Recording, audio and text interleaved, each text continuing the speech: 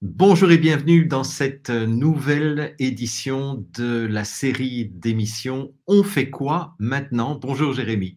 Salut Jean-Jacques, salut à tous. Alors, c'est une émission un peu spéciale parce qu'on a cherché désespérément un invité extérieur pour nous entretenir et vous entretenir du sujet que nous avions choisi pour ce mois de juillet 2023, c'est-à-dire la iatrogenèse, et on va vous expliquer tout de suite de quoi il s'agit. Mais finalement, à cause de problèmes d'agenda, à cause de problèmes de disponibilité, etc., eh bien, nous n'avons trouvé personne. Donc, on va se débrouiller comme des grands, toi Alors et moi. oui, alors, il y avait ça parce qu'on cherche quand même des invités de marque qui savent de quoi ils parlent. Et j'en ai eu plusieurs potentiels qui étaient tout à fait OK pour participer, mais qui m'ont dit, alors là, c'est la cata, niveau timing, c'est pas le bon moment, à partir de mi-juillet, etc. Donc, c'était pas bon.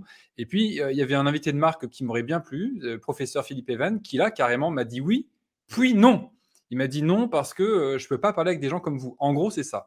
Donc, on va faire sans lui. C'est dommage. Je pense qu'il avait un discours intéressant sur le sujet. Mais on a aussi plein de choses de notre côté. Donc, on peut très, très bien faire cette émission ensemble. Toi, Jean-Jacques, ça fait très longtemps que tu t'intéresses à cette problématique. Moi Oui. aussi, c'est une des bases, je dirais, de ce qui m'a poussé à faire ce que je fais aujourd'hui. Donc on sait très bien de quoi on parle. Ouais. Alors, tant que tu as la parole, Jérémy, ben, profites-en pour te présenter pour ceux qui ne Ouais. te connaîtraient pas, parce que je pense qu'il y en a plein qui ne te connaissent pas encore et Oui, voilà, ce serait dommage. on va remédier à ça. Ouais. Donc moi, je dis que je me prends en tant qu'éducateur en santé. Donc c'est ma passion, c'est de transmettre des outils de santé. Et ce qui s'est passé ces 3 dernières années m'a poussé à me mettre plus en avant parce que j'ai compris avant qu'on soit confiné, etc., qu'il s'agissait d'une grossière arnaque. Bon, voilà, donc j'ai parlé autant que j'ai pu sur ce sujet. Et peut-être ma spécificité, mais ce qui est un peu la tienne aussi, Jean-Jacques, c'est que j'ai un cursus scientifique de formation. Moi, je suis normalien en chimie, docteur en recherche environnementale de l'Imperial College de Londres. Je connais aussi tous ces grands, ces grands endroits, disons. Donc, je connais le monde académique et universitaire de l'intérieur. Et donc, j'essaye de parler de façon intelligente et sourcée de santé.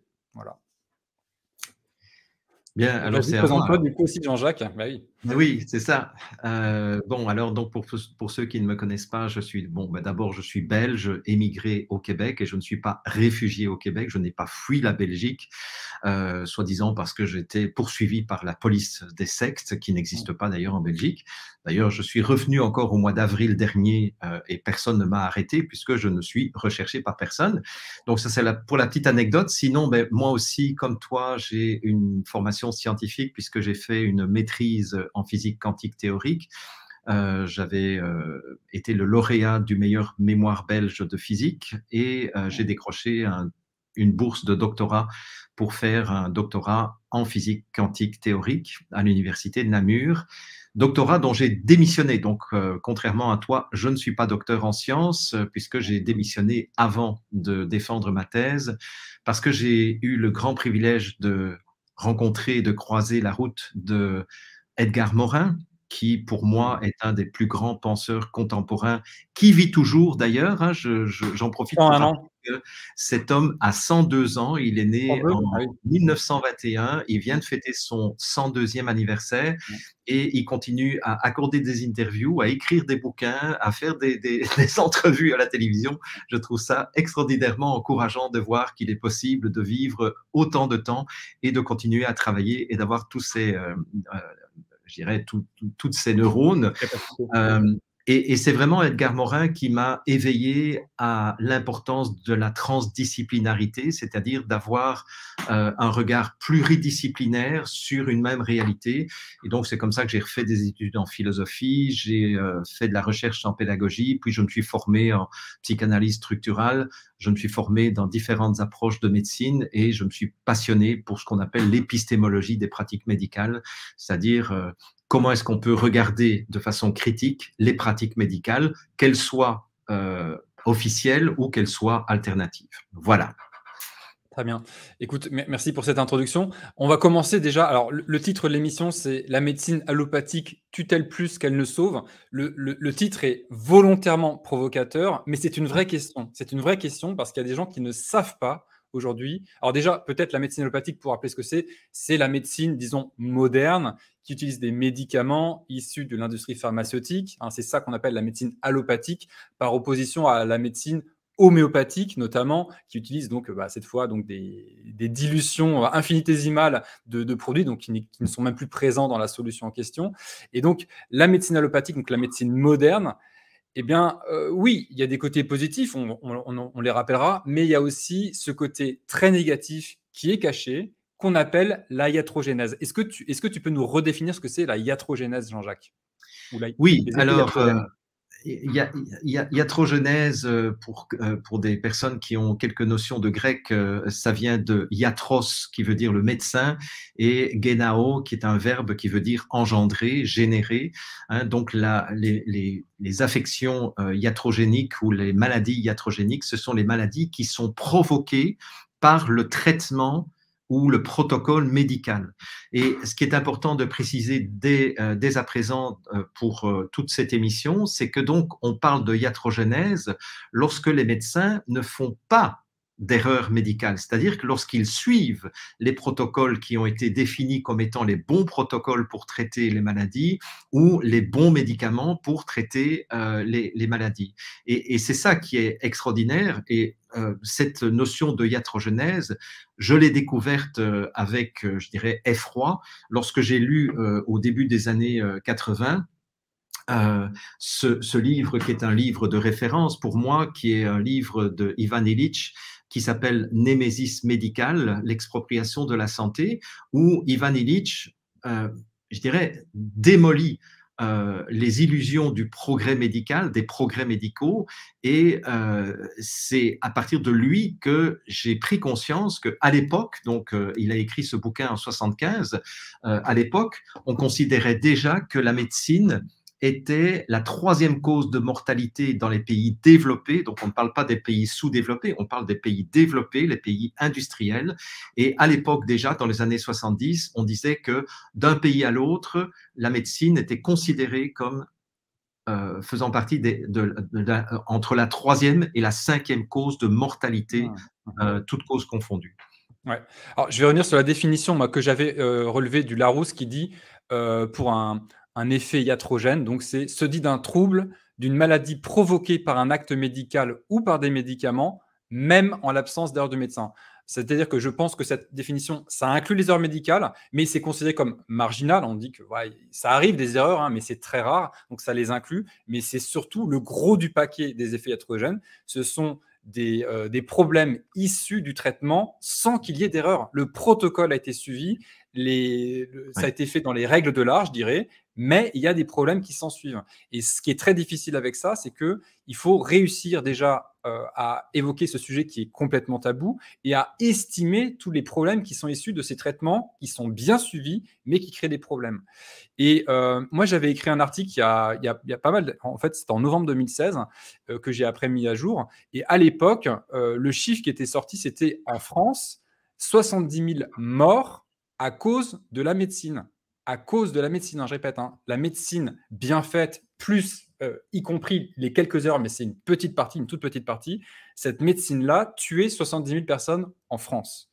Et donc, effectivement, troisième cause de mortalité. Alors après, plein de gens pourraient débattre des chiffres parce que c'est assez compliqué hein, de déterminer.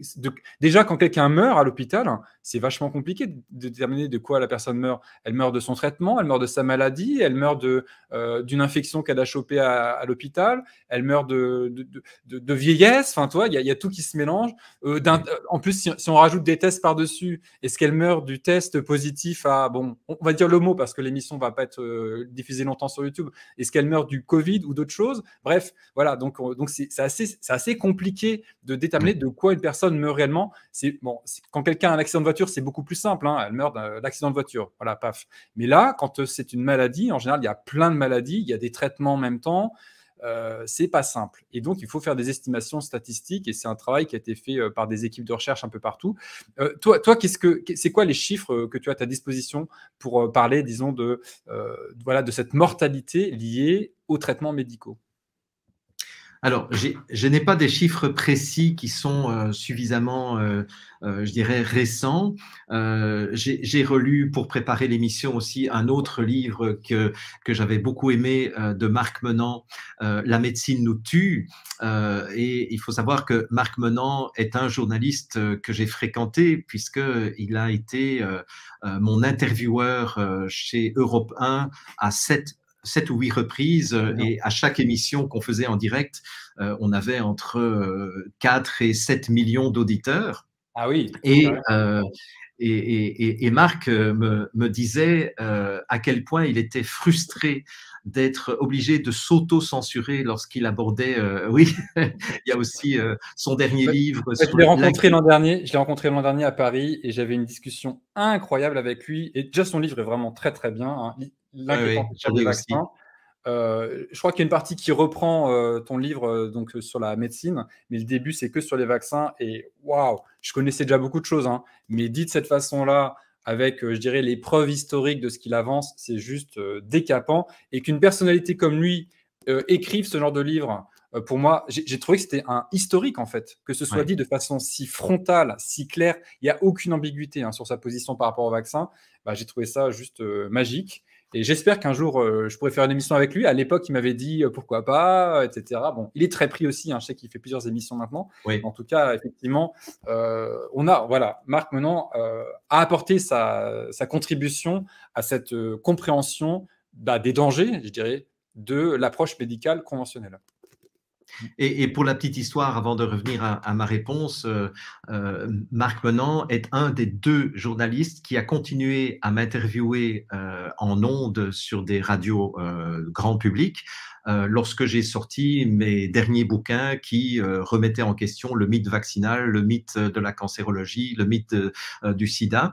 Et il est le seul, avec une autre journaliste de la radio-télévision suisse romande, à continuer à m'inviter en me demandant en même temps de ne pas trop expliciter le contenu de mon livre, mais en faisant en sorte que mon livre soit lu par un maximum de personnes. Et c'est là que j'ai découvert à quel point les journalistes étaient dans une situation d'autocensure et que certains sujets étaient totalement tabous dans les médias mainstream, comme par exemple la vaccination, la cancérologie, etc.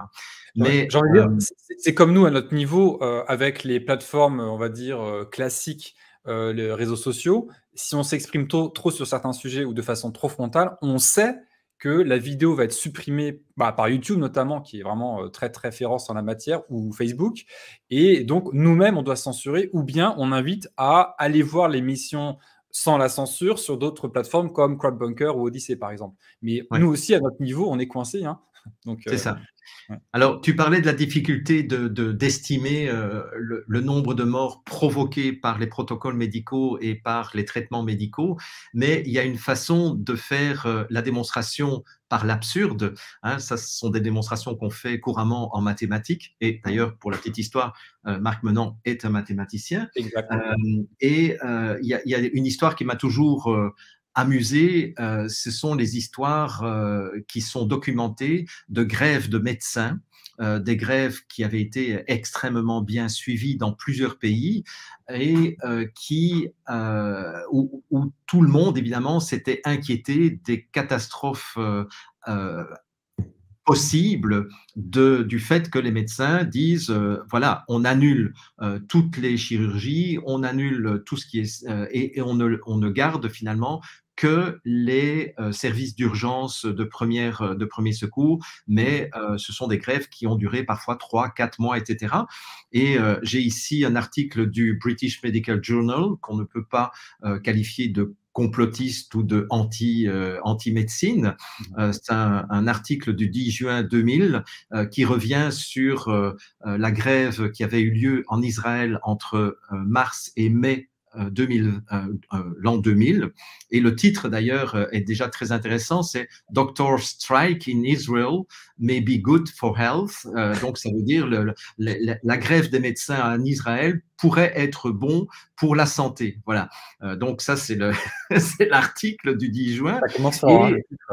Et ce qui est intéressant, c'est qu'ils ont été interviewés, entre autres, deux. Bon, il y a beaucoup plus de données dans l'article, évidemment, mais ils ont interviewé, entre autres, deux directeurs de pompes funèbres. Le directeur d'une pompe funèbre de Jérusalem qui traite 55% des morts en Israël, à Jérusalem. Donc, c'est quand même assez significatif comme témoignage. Et voilà ce qu'il dit. Il dit, ben, en fait, au mois de mai, donc le 3e mois de la grève, au mois de mai 2000, on a eu 93 morts dont on a dû s'occuper.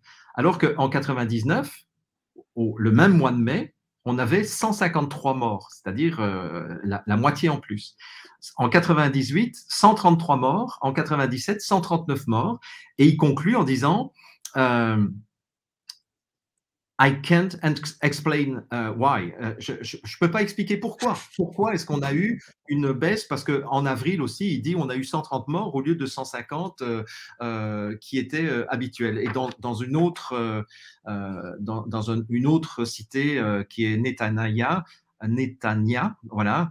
Là aussi, on a des chiffres qui sont assez explicites. 99 morts en 2000, en mars 2000, alors qu'il y avait 119 morts en 99. En avril, 97 au lieu de 122.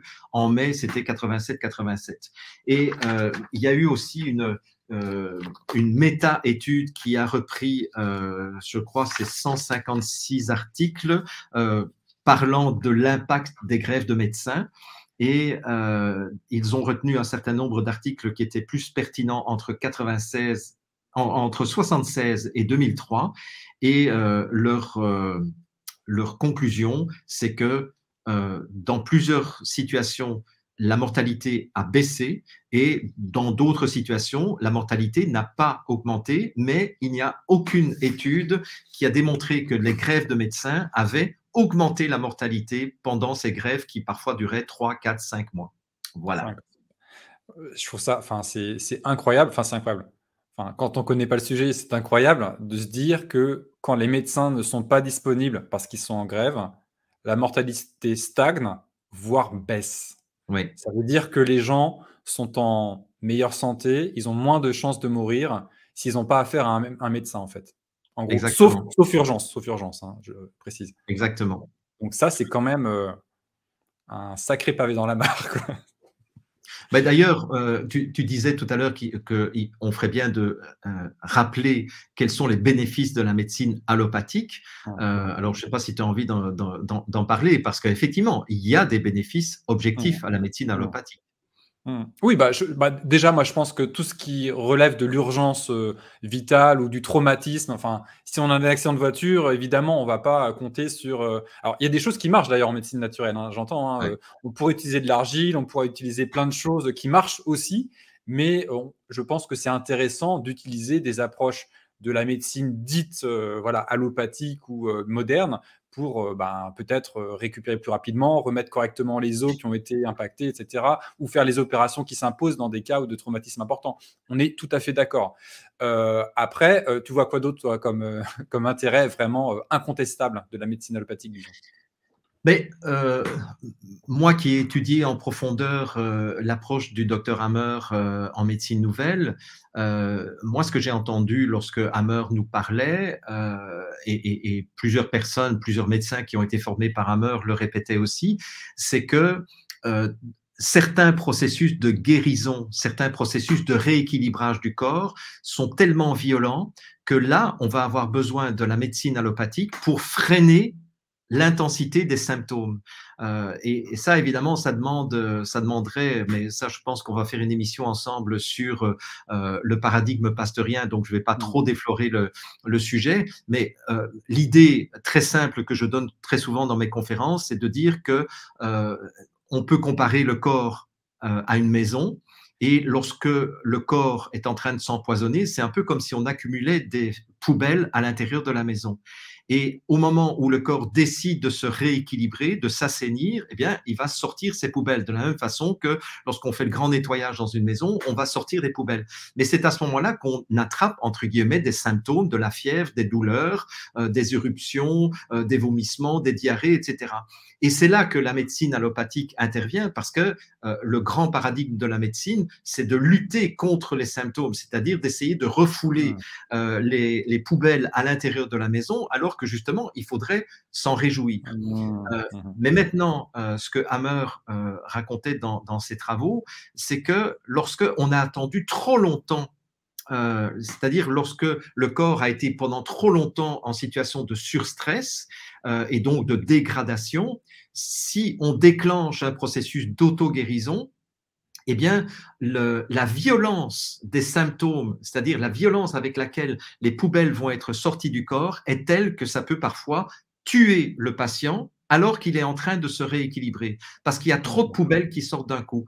Et là, Hammer faisait appel à la médecine allopathique pour lutter contre les symptômes, mais ne pas les supprimer complètement, mais je dirais, les diminuer ou les affaiblir de telle sorte que on puisse quand même gérer le processus de guérison. C'est la raison pour laquelle, d'ailleurs, Hammer ne voulait pas que la médecine nouvelle soit exercée par des non-médecins, parce que justement, on a besoin, à un moment donné, de recourir à ce type de médication qu'on ne peut pas prescrire si on n'est pas médecin, évidemment.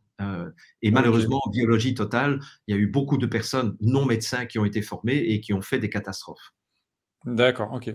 Merci pour ces précisions. Alors après, moi, je pourrais imaginer aussi que si les poubelles sortent trop, qu'il y en a trop d'un coup, c'est peut-être aussi parce que il y a beaucoup à évacuer, mais aussi peut-être que les voies d'évacuation sont un peu encombrées, qu'il faudrait leur permettre de mieux faire leur boulot. Mais c'est un travail complémentaire du coup. Hein, bon. Après, je comprends l'approche de vouloir diminuer ça et effectivement limiter les symptômes trop violents qui peuvent même peut-être parfois dans certains cas être mortels. Okay, ouais, c'est ça.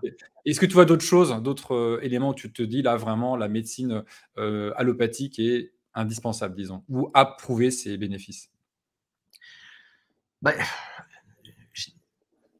je dirais que en général, mais je pense que tu me rejoindras là-dessus, en général, lorsque un malade attend trop longtemps un processus de dégradation ou je dirais, si les malades n'ont pas appris à écouter leurs propres signes intérieurs, leurs propres symptômes, leur propre mal-être même intérieur, à un moment donné, la situation devient presque irrécupérable. Alors, je sais que, par exemple, en homéopathie, dont j'ai étudié quand même les principes de façon approfondie aussi, en homéopathie, si on a vraiment un excellent homéopathe, on va pouvoir même arrêter en quelques minutes une hémorragie majeure avec des remèdes, avec des dilutions de 100 000 cas ou de 1 million de cas. Ça se fait, c'est répertorié, c'est sourcé, mais rares sont les vraiment très bons homéopathes qui sont capables de travailler avec des situations d'urgence comme ça. Donc, à ce moment-là, on ne peut pas faire autrement que de recourir à l'antibiothérapie ou d'autres, je dirais, d'autres médicaments de base qui permettent justement d'aider le corps parce qu'on a été trop loin. Voilà. Après, moi, dans ma vision, je rajouterais quelque chose, c'est que effectivement, il y a des gens qui vont attendre trop longtemps et ça va rendre plus compliqué, disons, la guérison. Je pense que moi, j'ai vu des cas assez incroyables, notamment quand je me suis formé à l'Institut Hippocrate aux États-Unis, où j'ai vu des personnes qui étaient censées mourir parce que leurs médecins leur ont dit qu'il n'y avait aucune chance de les récupérer. Et non seulement ils ont récupéré, mais en plus de ça, ils ont complètement récupéré, ils sont redevenus complètement sains. Et pendant des années, hein, c'est pas quelques mois, hein, c'est pas une rémission, c'est vraiment super forme et aucun problème après quoi. Et par contre, effectivement, quand on attend trop, donc il peut y avoir des maladies graves qui s'installent avec des symptômes qui peuvent devenir même vitaux. Et effectivement, dans certains cas, je pense que la médecine moderne a montré qu'elle pouvait avoir des solutions peut-être pas parfaites, mais n'empêche qu'ils vont stabiliser la chose, voire même donner pour des cancers, ce qui va ressembler à une rémission.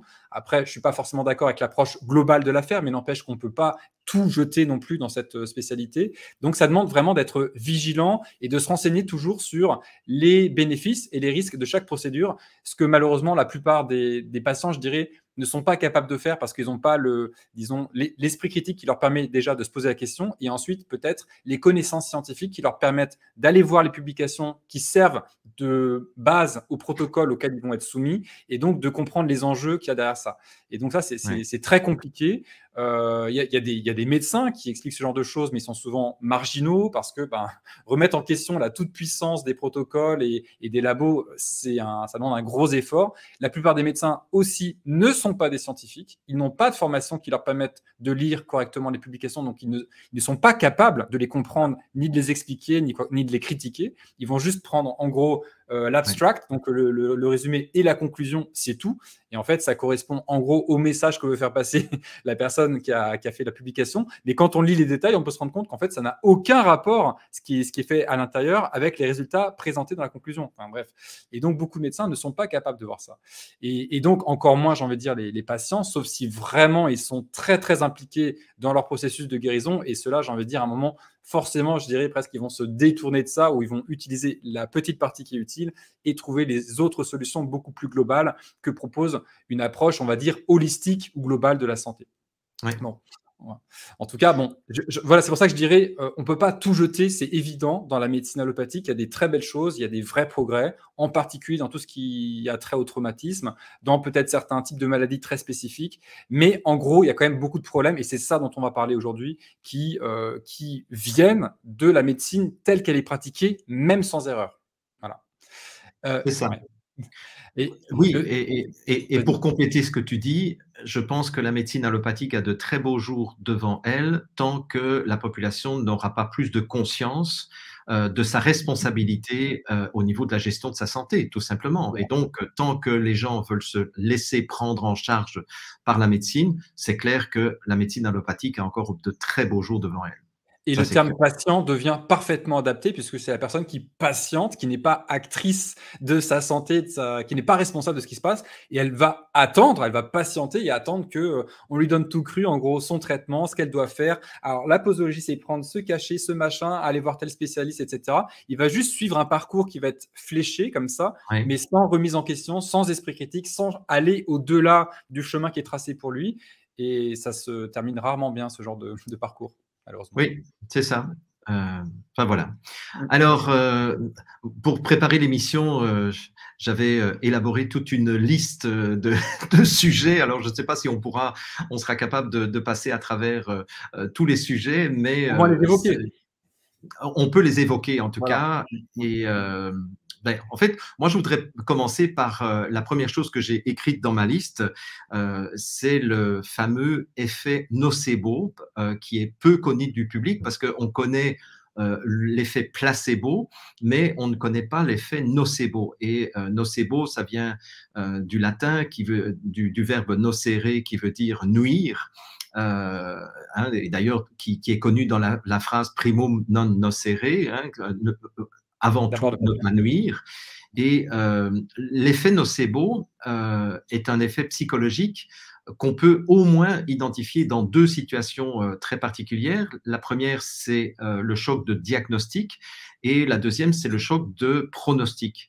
C'est-à-dire que lorsque quelqu'un reçoit un diagnostic de cancer, par exemple, ou de sida, ou en tout cas même pas de sida, mais de séropositivité, etc., eh bien, cette personne peut avoir un choc psychologique et psycho-émotionnel très fort, où tout à coup, pour lui, c'est un arrêt de mort. Et à partir de là, je dirais, cette situation va déclencher une cascade même neurobiologique qui va faire que l'état de santé et l'état de son système immunitaire va se dégrader, même si, et ça c'est important, le diagnostic est finalement faux, c'est-à-dire qu'on s'est trouvé devant un faux positif. On le sait, en tout cas dans la littérature, on sait que par exemple les tests de séropositivité pour essayer de détecter l'infection au VIH peuvent avoir 50 raisons différentes pour lesquelles on a des faux séropositifs. Et donc, quelqu'un qui reçoit un diagnostic de séropositivité, même si effectivement il est en parfaite santé, ça peut déclencher chez lui une croyance que ça y est, il est mort, quoi, hein. Ça y est, il va avoir le sida, donc il va mourir. Et il y a, enfin bon, je ne sais pas si Non, tu mais veux ce que je commenter voulais là-dessus. rajouter, c'est entièrement juste ce que tu dis, et je dirais même que l'industrie, moi j'appelle ça l'industrie de la maladie en fait, ce monde de la santé. L'industrie de la maladie a fait en sorte qu'il y ait des mots comme ça, comme sida, comme cancer, qui soient vécus comme, si on vous dit: «Vous avez le cancer ou le sida», vous prenez ça effectivement comme un arrêt de mort. Ça veut C'est ça. Alors qu'il y a des cancers tout à fait bénins, il y a des cancers qui n'évoluent pas. Si on cherche bien, chez tout le monde, on va trouver un cancer. Oui. Ça veut dire quelques cellules cancéreuses. Ça ne veut pas dire qu'il y a un cancer. Ça veut dire qu'il y a des cellules cancéreuses. Mais si on vous dit vous avez le cancer, ça va vous faire un choc tel que vous pouvez avoir des envies suicidaires, avoir un système immunitaire qui devient complètement déprimé et être tout le temps malade et effectivement commencer à avoir des symptômes qui sont inquiétants. Alors qu'avant, vous n'aviez strictement rien. Et c'est vraiment un très gros sujet, ça, parce que si l'industrie qui bénéficie de votre maladie vous fait peur et vous fait croire que vous êtes malade, même si vous ne l'êtes pas, et ben quelque part, vous tombez dans son piège et vous devenez, j'ai envie de dire, la poule aux œufs d'or. Parce qu'une fois que vous rentrez dans le chemin dont j'ai parlé tout à l'heure, alors en France et dans pas mal de pays, ça passe par une sécurité sociale, donc ce n'est pas votre argent directement, sauf exception. Et donc, ce n'est pas vous directement qui payez, mais n'empêche qu'ils vont s'engraisser terriblement sur votre dos. Alors, c'est payé par le contribuable et ça va énormément leur rapporter. Votre santé ne va pas vraiment, en revanche, s'améliorer. Voilà. Ouais.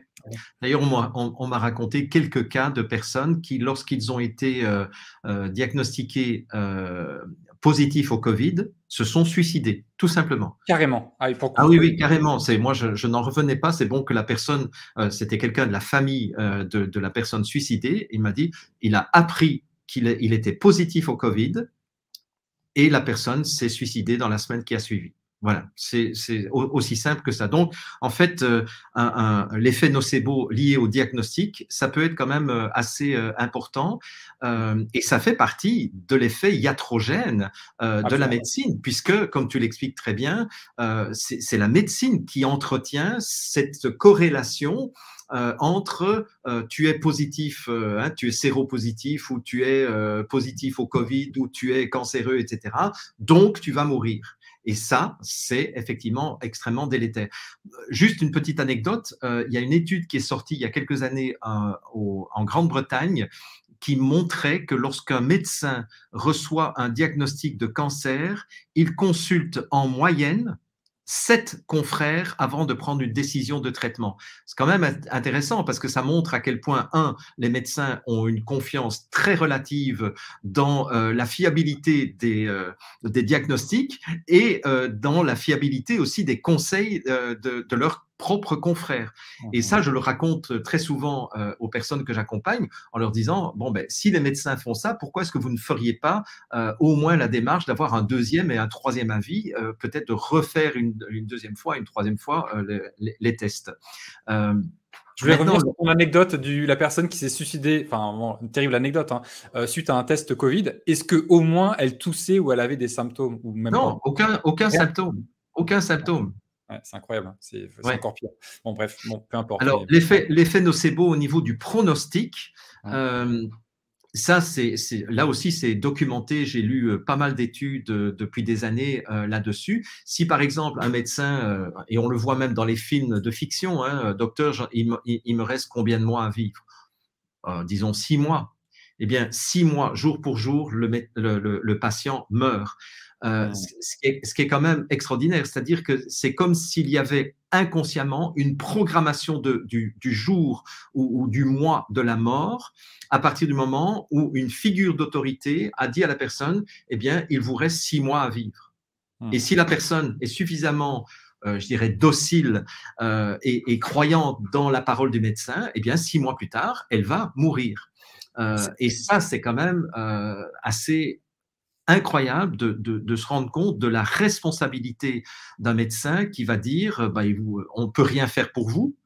Déjà, rien que ça, on ne peut rien faire pour vous, c'est criminel comme phrase, parce que ils devraient dire, normalement, s'ils étaient conscients des limites de la médecine, c'est dans le cadre actuel de mes connaissances en médecine allopathique, on ne peut rien faire pour vous. C'est ce qu'on m'avait dit lorsque j'avais 24 ans.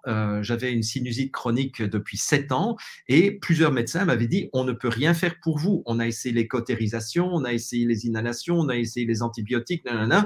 Il faudra vivre avec ça tout le reste de votre vie. Ça, c'est ce qu'on m'a dit. J'avais 24 ans.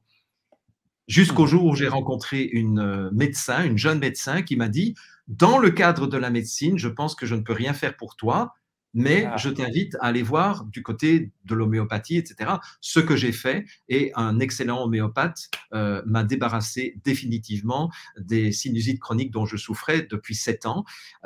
Et puis, il m'a responsabilisé en disant, mais si vous ne changez pas votre façon de manger, et si surtout vous n'apprenez pas à gérer beaucoup mieux vos émotions, eh bien, je vous promets que vous allez retomber malade parce qu'en fait, votre sinusite est liée au fait que votre foie est engorgé et il n'en peut plus de travailler comme ça. Donc, changez votre alimentation, changez votre façon d'être en relation avec vos émotions et là, vous deviendrez responsable de votre santé. Résultat des courses, ça fait 36 ans maintenant que je n'ai pas pris une aspirine, un antibiotique, un antidouleur, rien, de rien, de rien, et j'ai 62 ans. Voilà. Bravo, ouais. Super histoire parce que là, effectivement, tu tombes sur ce que devrait faire un vrai médecin, c'est-à-dire il te propose un traitement, mais il te responsabilise. C'est ça. Et là, tu deviens véritablement acteur de ta santé et en fait, ben, tu t'aperçois que tu as plus besoin des médecins presque. En tout cas, moi, je n'en ai plus besoin. Si un jour je fais un accident de voiture, je serai très content d'aller à l'hôpital, bien entendu.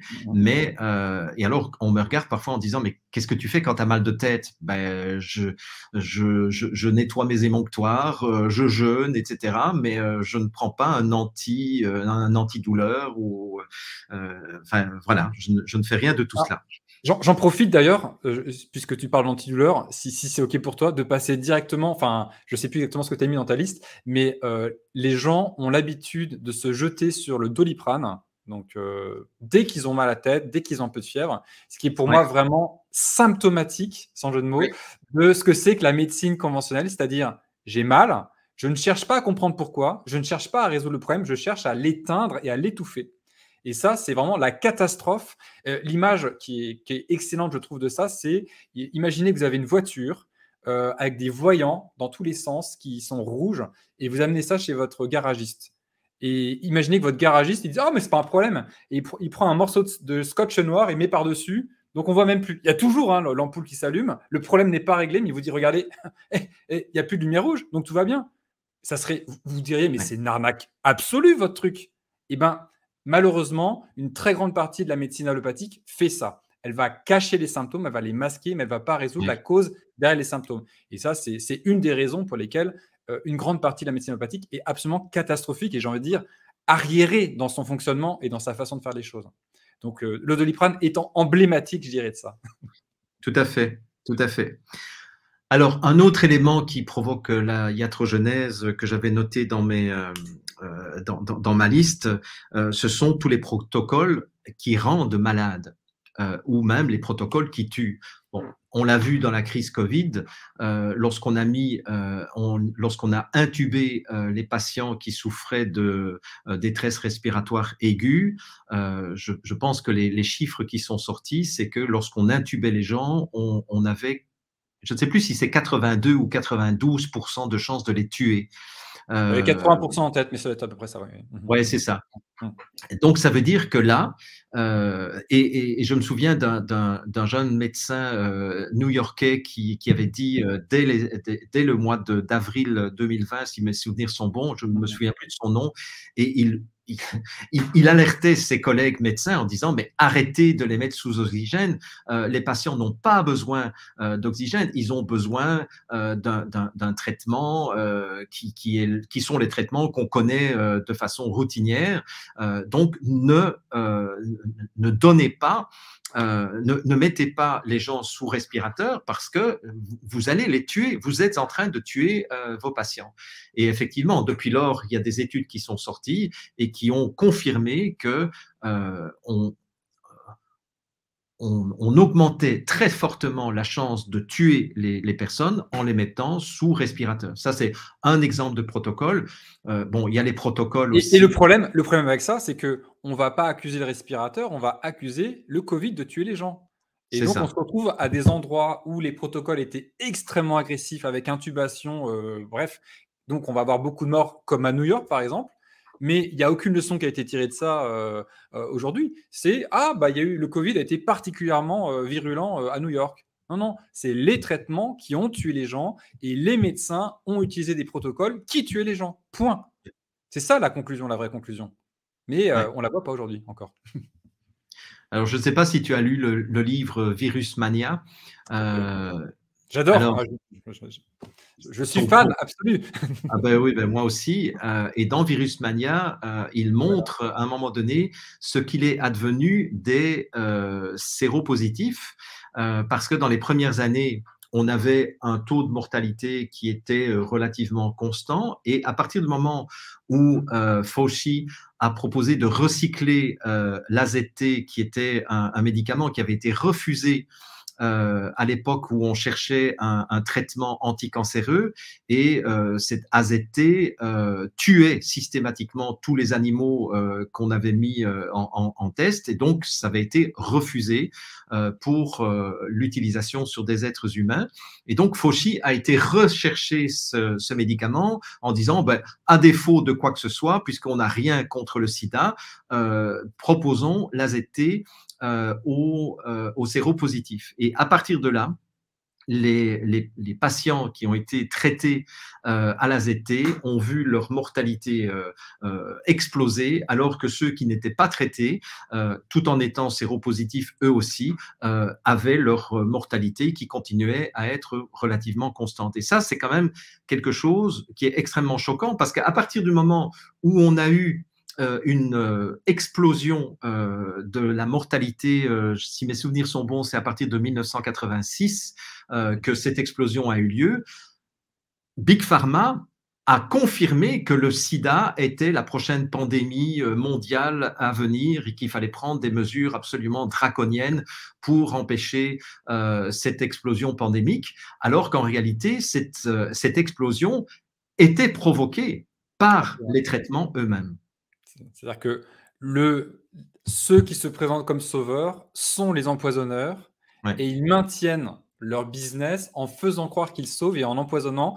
Et on arrive à des extrémités comme des gens qui sont convaincus de prendre quelque chose qui est en train de les soigner et qui sont à l'article de la mort à cause de ce qu'ils prennent pour espérer se soigner de quelque chose qu'ils n'avaient pas. Enfin, c'est le délire total et malheureusement, c'est la tragédie dans l'affaire SIDA. C'est aussi une tragédie, enfin, dans d'autres affaires certainement aussi, mais celle-là est la plus emblématique, disons.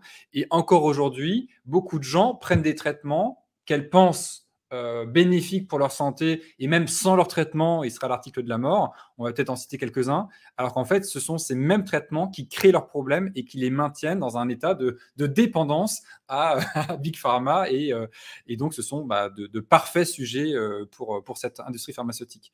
Tu voulais peut-être, il me semble, parler notamment des statines. Oui. Je crois que c'était dans la liste. Oui, oui, oui. Ben, en fait, bon, là, ce sont même. Là, ça va quand même encore plus loin, parce que là, ce sont des traitements qui sont présentés comme préventifs. Oui, Alors que là, ce dont je viens de parler, ce sont des traitements curatifs, hein, ouais, soi-disant curatifs, mais qui ne font qu'entretenir ou j'irais, aggraver la situation du malade, alors que dans les traitements préventifs, on essaye de s'adresser à un marché, parce que bon, il faut quand même rappeler que Big Pharma, ce sont des entreprises à but lucratif, et donc quand on peut augmenter le marché, ben, ça peut faire du bien. Alors, je vais faire allusion à un autre livre qui fait partie de ma bibliothèque depuis des années et des années, qui s'appelle Les inventeurs de maladies. C'est un livre qui a été publié en allemand au départ et qui date, attends, je vais te dire ça tout de suite, de 2003. La version allemande, et la version française, c'est de 2005. Donc, les inventeurs de maladies, manœuvres et manipulations de l'industrie pharmaceutique. Bien.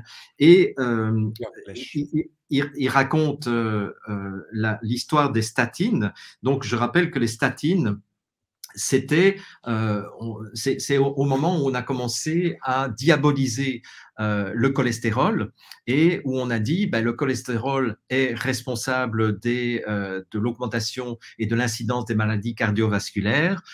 Donc, pour éviter les crises cardiaques, les infarctus, nanana, etc., ben, il faudrait diminuer le cholestérol. Et donc, on va proposer les statines. Alors, juste pour savoir, c'est que, et ça il l'explique très très bien dans le livre, on avait fixé un taux de cholestérol qui était le taux à partir duquel il fallait intervenir. Et à un moment donné, on a abaissé ce taux de telle sorte que ils ont multiplié par 3, si mes souvenirs sont bons, ou par 4, le nombre de personnes qui, du jour au lendemain, ont été des patients susceptibles de prendre le traitement préventif pour éviter les problèmes cardiovasculaires, etc. Donc, en fait, c'est un business où on dit, bah, écoutez, tant que vous êtes en dessous de ceci, tout va bien.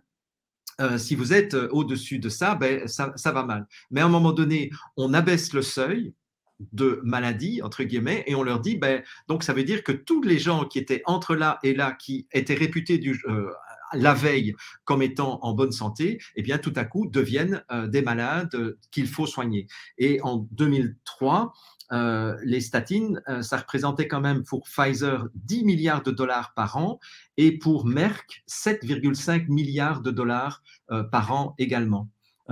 Et on considérait à l'époque, donc il y a 20 ans de cela, qu'à travers le monde, il y avait 44 millions de consommateurs qui consommaient les statines. Et aujourd'hui, on sait que c'est totalement inefficace, ça a des effets secondaires. Oui. En plus de l'effet nocebo de nouveau, de se dire, oh là là, j'ai trop de cholestérol et compagnie. On a eu la même chose avec le traitement de l'hypertension où jusqu'il y a quelques années, on considérait que une tension de 16-10, c'était une tension jusqu'à laquelle on n'avait pas besoin d'intervenir. Eh bien, du jour au lendemain, ils ont décidé que 16-10, c'était trop élevé et que la norme, c'était 14-9. Eh bien, en passant simplement de 16-10 à 14-9, ils ont multiplié par 3 la consommation des médicaments pour lutter contre l'hypertension, etc., etc. Je peux encore donner d'autres exemples, mais le problème, c'est que tous ces médicaments ont des effets secondaires qui sont non nécessaires, puisque le médicament lui-même n'est pas nécessaire. Et ce qui est très intéressant, je trouve, avec le domaine de la santé, c'est que comme ça touche à quelque chose de très intime, qui parle de notre survie, c'est très facile de contrôler la personne.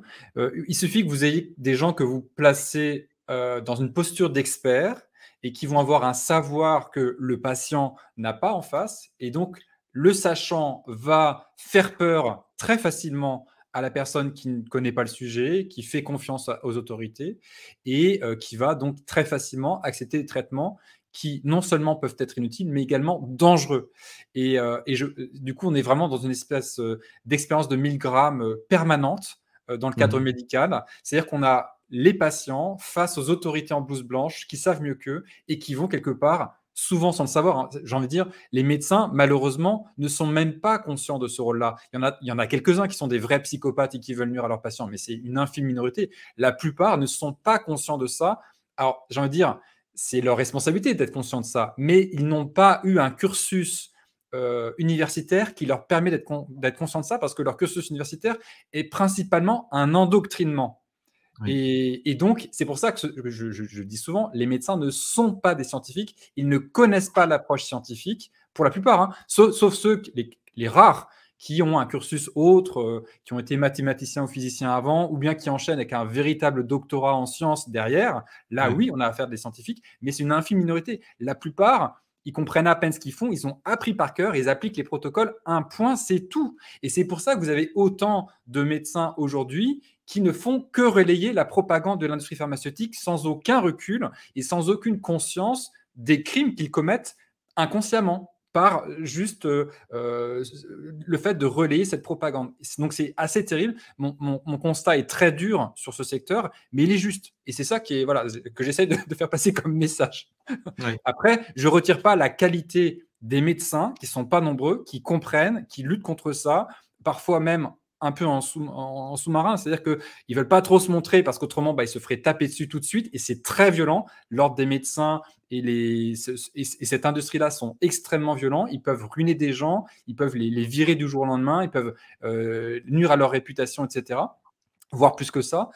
Donc, il y a très peu de médecins qui sont dans cette posture, qui comprennent, qui se posent des questions, et ceux-là, ils ont toute mon admiration. Malheureusement, ils sont très peu nombreux aujourd'hui. Et malheureusement, j'enfonce le clou, ces médecins qui sont la plupart du temps condamnés pour exercice illégal de la guérison.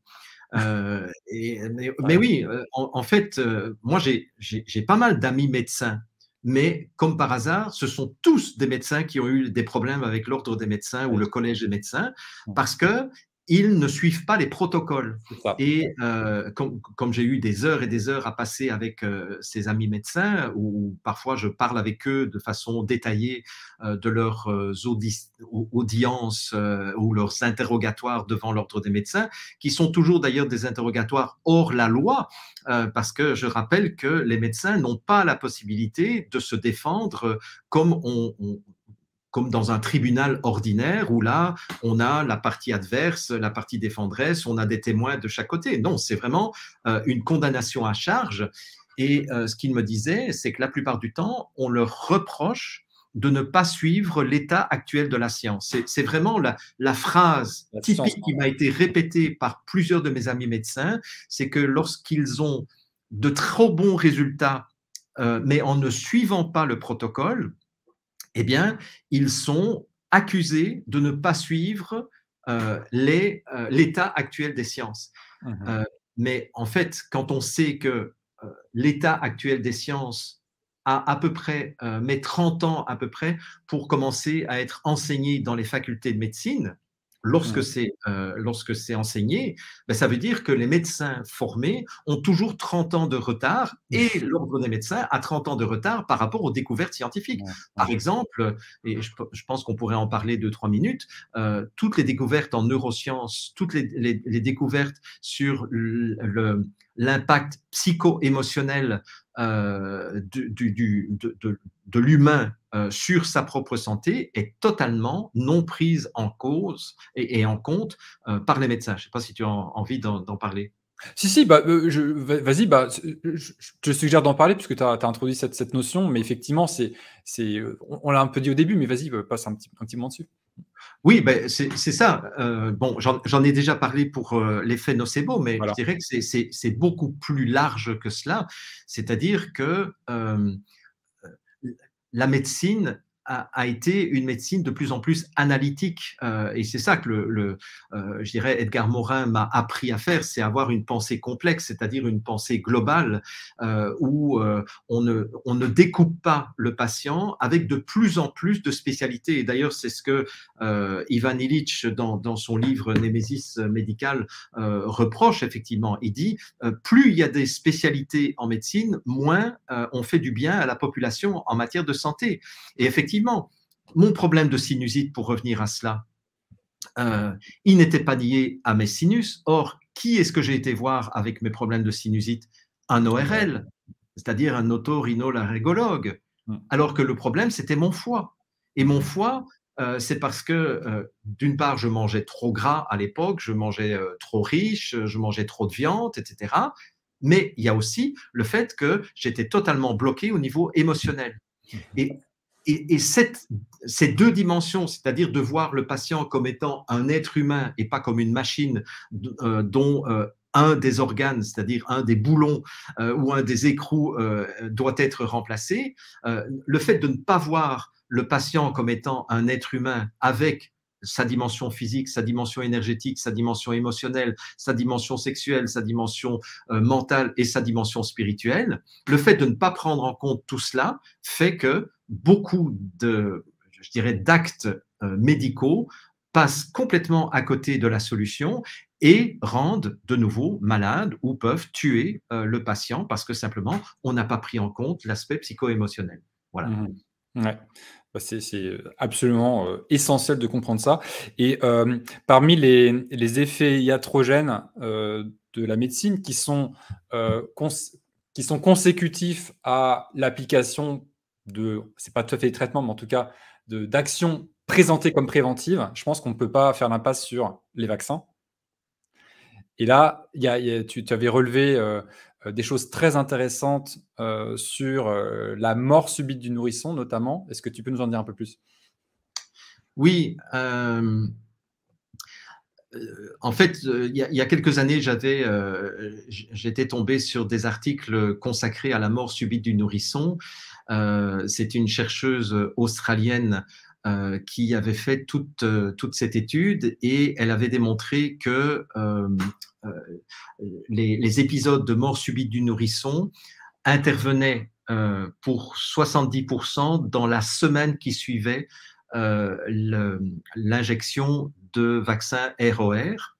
Parce qu'en fait, ce qu'elle disait, c'est que si la mort subite du nourrisson est un phénomène naturel qui a lieu habituellement dans la première année de vie du nourrisson, eh bien, il faudrait dire que on a 0,3% de chance chaque jour d'avoir une mort subite du nourrisson, puisqu'il y a 365 jours, donc ça fait un tiers de pourcent, donc 0,3%, et donc on devrait voir effectivement depuis le premier jour jusqu'au premier anniversaire du bébé, un nombre égal de morts subites du nourrisson. Or, quel que soit le moment où ce vaccin-là, ROR, était, je dirais, inoculé chez l'enfant, eh bien, on avait un pic de mortalité et puis donc un certain nombre de morts du nourrisson, mais c'était 70% des événements de mort qui se déroulaient dans les 7 jours qui suivaient l'attribution de ce vaccin, quel que soit le mois auquel le vaccin était donné, parce qu'il n'était pas toujours donné au 3e ou 4e mois. Et quand les Japonais, d'ailleurs, se sont rendus compte de cela, ont pris connaissance de cette étude, ils ont retardé l'inoculation de ce vaccin dans la période entre 2 et 3 ans.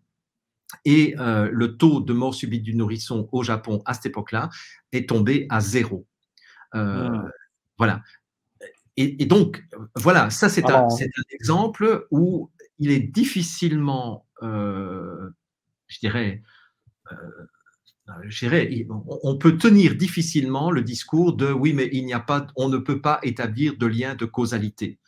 Quand on voit que 70% des morts se passent sur une semaine, alors que normalement on devrait avoir chaque jour 0,3%, donc fois 7, ça ferait 2% des morts sur une semaine, puisqu'on a 52 semaines sur une année.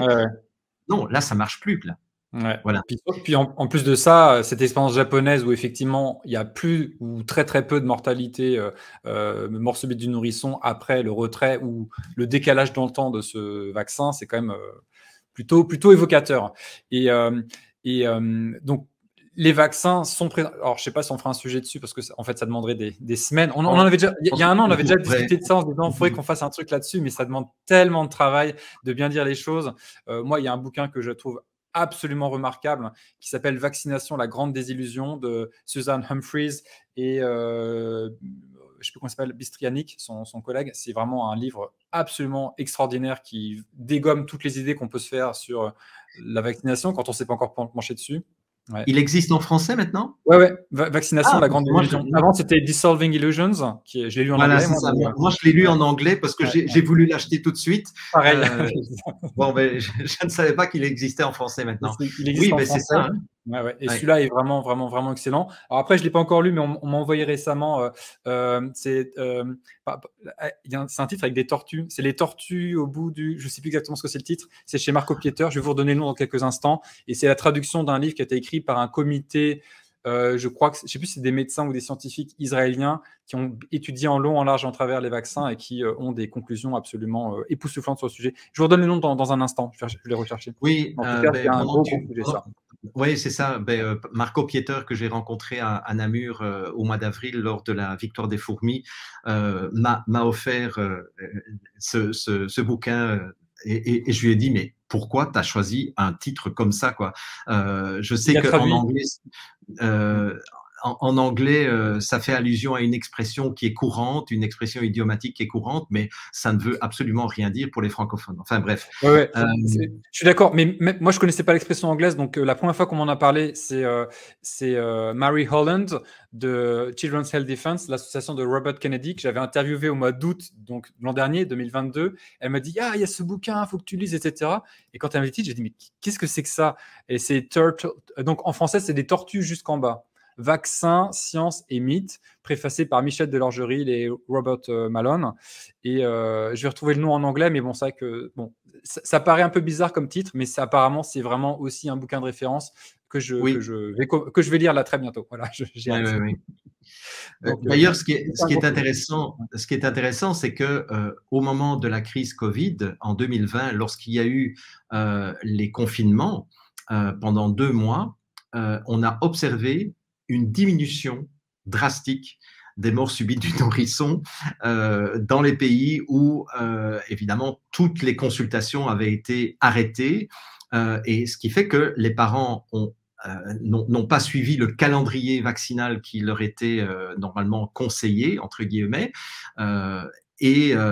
Évidemment, les pro-vaccins ont dit « Ouais, mais en fait, il n'y a pas de corrélation, on ne peut pas tirer de conclusion là-dessus. » Ok, d'accord, je veux bien, mais enfin, c'est quand même intéressant de voir qu'à partir du moment où pendant 2 mois, toute une population arrête le calendrier vaccinal de leurs enfants, la mortalité et les maladies d'enfance sont en train de diminuer également.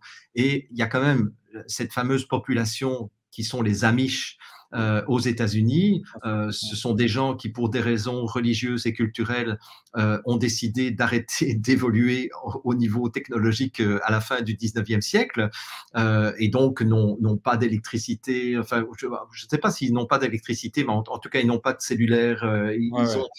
Ils vivent vraiment à l'ancienne et ils vivent de leur culture et ils vivent très très fort en autarcie et chez eux le taux d'autisme est de 0,0. Il y a 0 autisme et j'avais lu aussi une étude qui comparait la politique vaccinale des 50 États américains avec le taux d'autisme dans ces 50 États américains et il y avait une corrélation stricte entre le taux de vaccination, donc la couverture vaccinale État par État, et le taux d'autisme État par État. Et là, il y avait une corrélation stricte sur 50 États. Donc, on arrête de venir me dire qu'il n'y a pas de lien prouvé entre le vaccin et l'autisme, par exemple.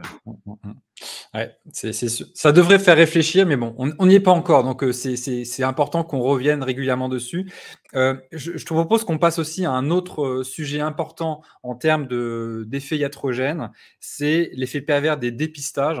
Alors moi, j'en ai parlé il y a quelques années, j'avais fait des interviews notamment de Gérard Delépine, qui est un médecin cancérologue, et également de Cécile Bourg, qui est la présidente de l'association Cancer Rose. Donc c'était sur le dépistage du cancer du sein. Avec Gérard Delépine, j'ai aussi parlé du dépistage du cancer de la prostate. Et ce qui avait été dit très clairement, et ces vidéos ont eu un gros succès, elles sont toujours visibles sur ma chaîne YouTube. Donc quelque part, c'est rassurant, hein, ça n'a pas été supprimé. Celle sur le cancer du sein avec Gérard Delépine, elle a 350 000 vues, un truc comme ça, donc c'est quand même pas mal sur un sujet très spécifique. Mais l'idée, en gros, c'était qu'il y a des études qui comparent des cohortes de femmes qui se soumettent ou non à ce dépistage organisé du cancer du sein. Je rappelle qu'un dépistage, ça veut dire chercher s'il y a un cancer ou pas chez une personne qui n'a aucun symptôme. Elle ne se plaint de rien. Sauf qu'elle va recevoir un courrier qui lui dit « Ah, madame, vous avez 45, 50 ans, ou que sais-je, selon le pays. Donc, vous êtes invité gratuitement à venir faire un test de dépistage. Hein, » C'est toujours présenté de façon très alléchante. C'est juste pour vérifier que tout va bien, etc. etc. Donc, la plupart des gens malheureusement, ont appris très tôt dans leur vie à être dociles, à obéir et à faire confiance aux personnes qui ont des blouses blanches. Donc, beaucoup de femmes vont se présenter à cette mammographie de dépistage. Donc, je rappelle, hein, elles n'ont aucun symptôme, elles ne se plaignent de rien. On leur écrase les seins, on leur passe des rayons X, etc. Enfin bref, ça fait hyper mal, hein. Il y a des femmes qui tombent dans les pommes, hein, avec ce genre de dépistage, hein. Et après, on va faire une analyse et puis on va éventuellement les rappeler si jamais on s'aperçoit qu'il y a une masse qui ne correspond pas exactement à ce qui est attendu. Et de cette façon-là, on va créer un stress. Donc là, il y a un effet nocebo qui peut arriver très rapidement. Et puis, si jamais il y a cette masse ou je ne sais pas quoi, on peut faire une biopsie. Donc cette fois, on va enfoncer une aiguille, on va extraire un peu de tissu qu'on va analyser en laboratoire. Bref, donc ça va faire des tests et des tests qui souvent, ils vont dire « Ah, rassurez-vous, en fait, tout va bien, etc. » Et parfois, on va vous dire bah, « Vous n'aviez aucun problème jusqu'au jour du dépistage, mais maintenant, on a trouvé, vous avez un problème. Et maintenant, vous avez l'étiquette de cancéreuse. Et allez, hop, c'est parti, chimio, rayons, chirurgie, etc. Le chemin tout tracé. Alors, selon la typologie du cancer qui a été détectée selon les outils. Et les femmes vont se retrouver comme ça, complètement téléguidées dans ce chemin-là, alors qu'on s'aperçoit que quand on compare une cohorte de femmes qui se fait dépister régulièrement avec une femme qui ne fait pas de dépistage, il n'y a quasiment pas de différence de mortalité, voire même, il y a une mortalité légèrement inférieure chez les femmes qui ne se font pas dépister. Oui. Donc là, ça montre de façon très claire qu'il n'y a aucun avantage à faire un dépistage du cancer du sein. Alors, souvent, les arguments qui vont être mis en avant par les médecins, ça va être « oui, mais il y a moins de mortalité cancer du sein, mortalité associée au cancer du sein ». Peut-être que c'est un petit peu vrai, mais on peut diminuer en jouant un peu avec les chiffres, hein, sur la mortalité sur le cancer du sein. Mais ce qu'il faut regarder, c'est la mortalité globale. Parce que c'est ça le vrai marqueur important, mais il est ignoré par l'industrie du cancer, alors que c'est le marqueur qu'il faudrait regarder. C'est est-ce qu'on a plus de chances de mourir plus tard si on se fait dépister ou pas. Et là, donc ce que ça montre, c'est que la différence est très faible, voire un léger avantage aux personnes qui ne font pas le dépistage du cancer du sein. Donc, à mon avis, c'est une information qui est capitale et qui devrait complètement faire éclater l'idée que le dépistage du cancer du sein présente un intérêt.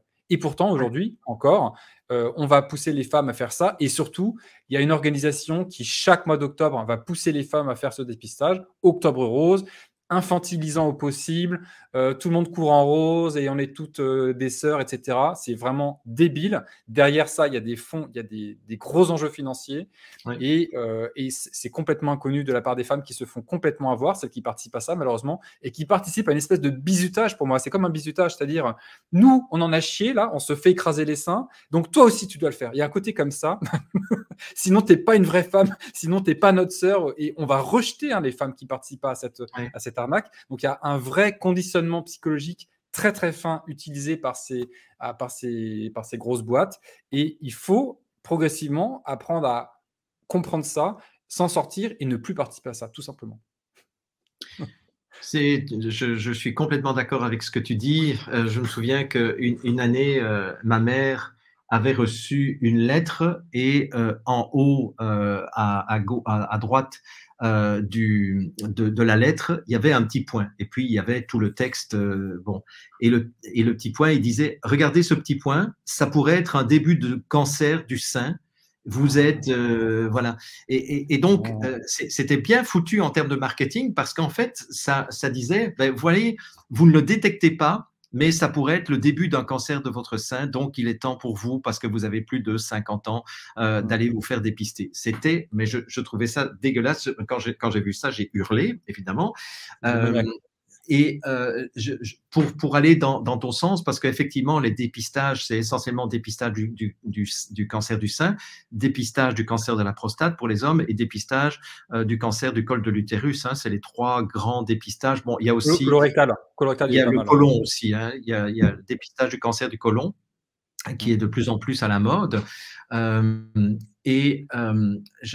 voudrais revenir sur une publication qui a été faite il y a une quinzaine d'années ici au Canada, qui avait été faite par les coronaires. Donc les coronaires en français, c'est les médecins légistes, et qui qui s'était intéressé donc à faire une statistique sur toutes les personnes décédées d'autre chose que du cancer. Donc en fait, on prend tous les décès, on retire les gens dont le certificat de décès dit décédé du cancer du sein, le cancer du côlon, le cancer du foie, machin, etc. Donc on les retire et on garde ceux qui ne sont pas décédés du cancer.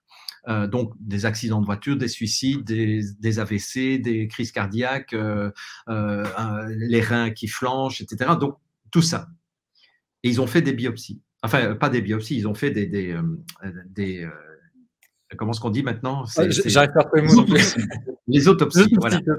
Oui, c'est ça, mais c'est parce que je lis tellement de choses en anglais comme toi que parfois il me manque les mots en français. Donc, des autopsies. Eh bien, ils ont découvert, et ils ont publié ça, que 50% des gens qui étaient morts d'autre chose que d'un cancer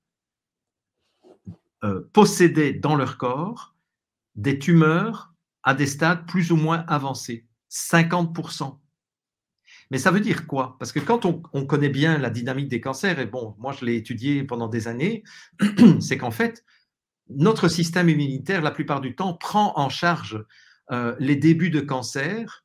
Et si notre système immunitaire fonctionne bien, ou si nous sommes capables de résoudre la cause psycho-émotionnelle ou somato-émotionnelle de notre cancer, eh bien, les petites tumeurs en démarrage vont s'estomper complètement et vont disparaître dans les semaines qui suivent.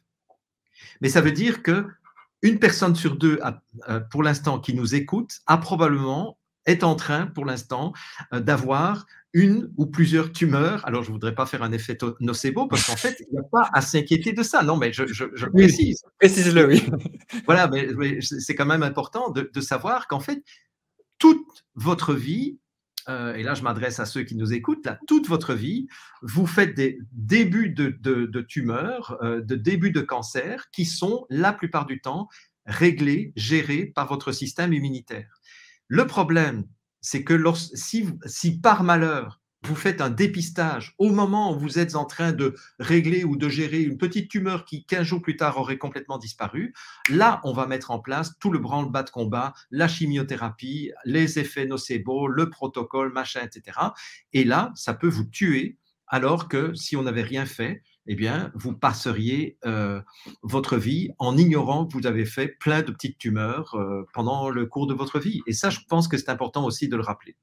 Moi, je dis souvent les choses comme ça aussi, c'est que si vous cherchez vraiment la merde, c'est-à-dire si vous cherchez un cancer, vous allez en trouver un et là, vous allez vraiment être dans la merde. Parce Oui. que une fois que vous avez trouvé, parce que si on cherche bien, on va trouver chez quasiment tout le monde des traces de cellules cancéreuses.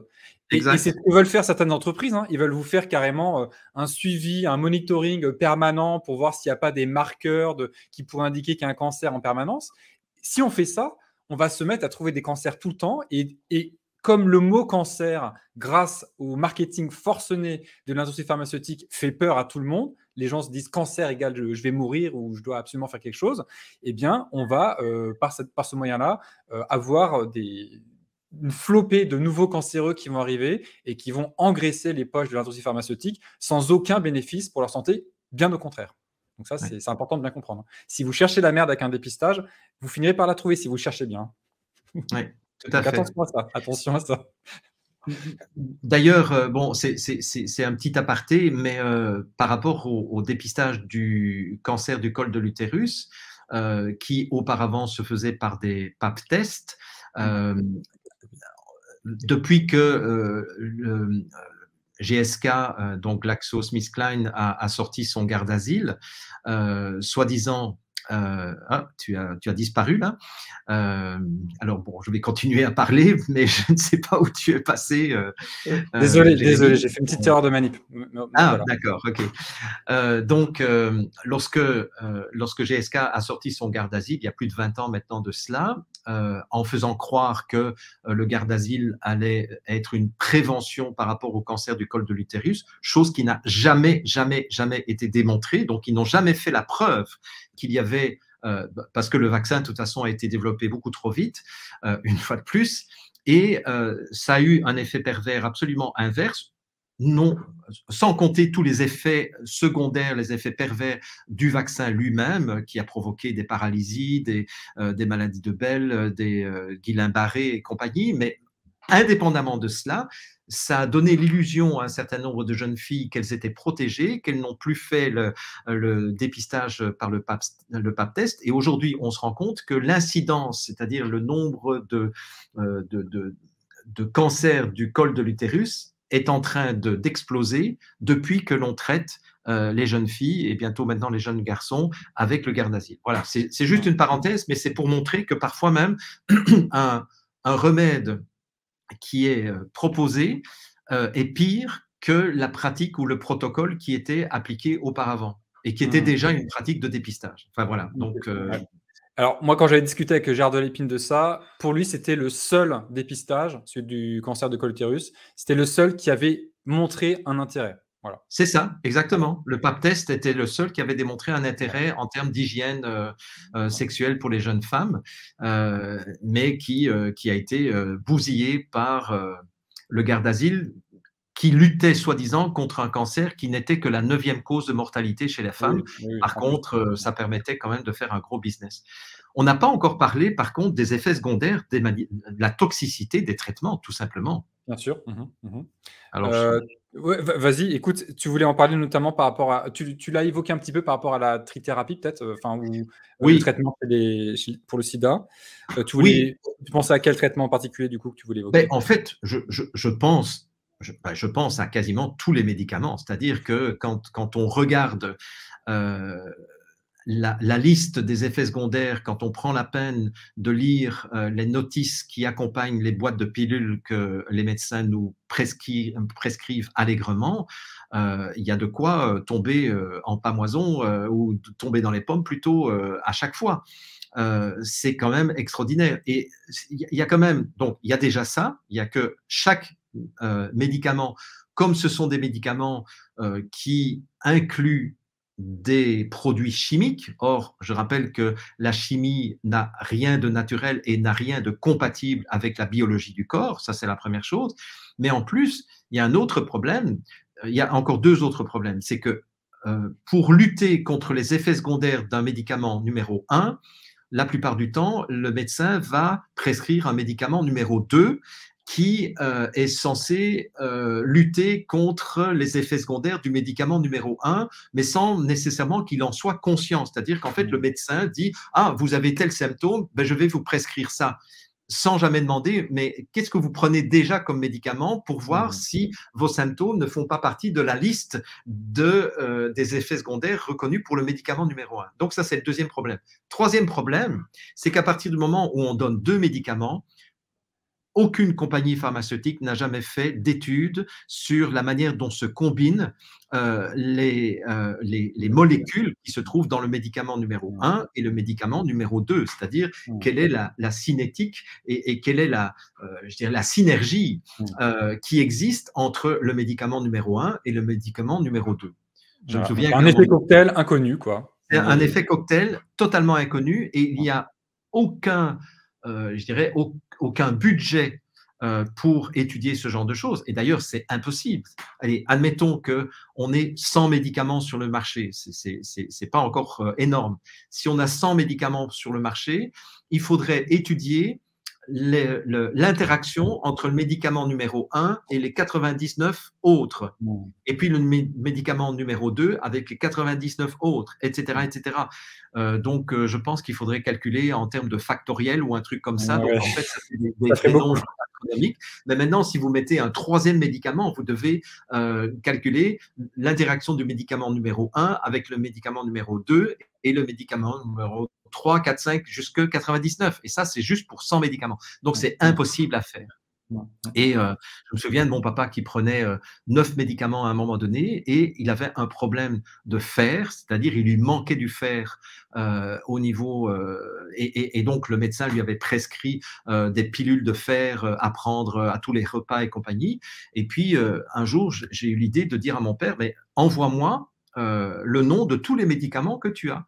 Et parmi les médicaments qu'il avait, dont un pour lutter contre la coagulation sanguine, pour éviter les crises cardiaques, etc.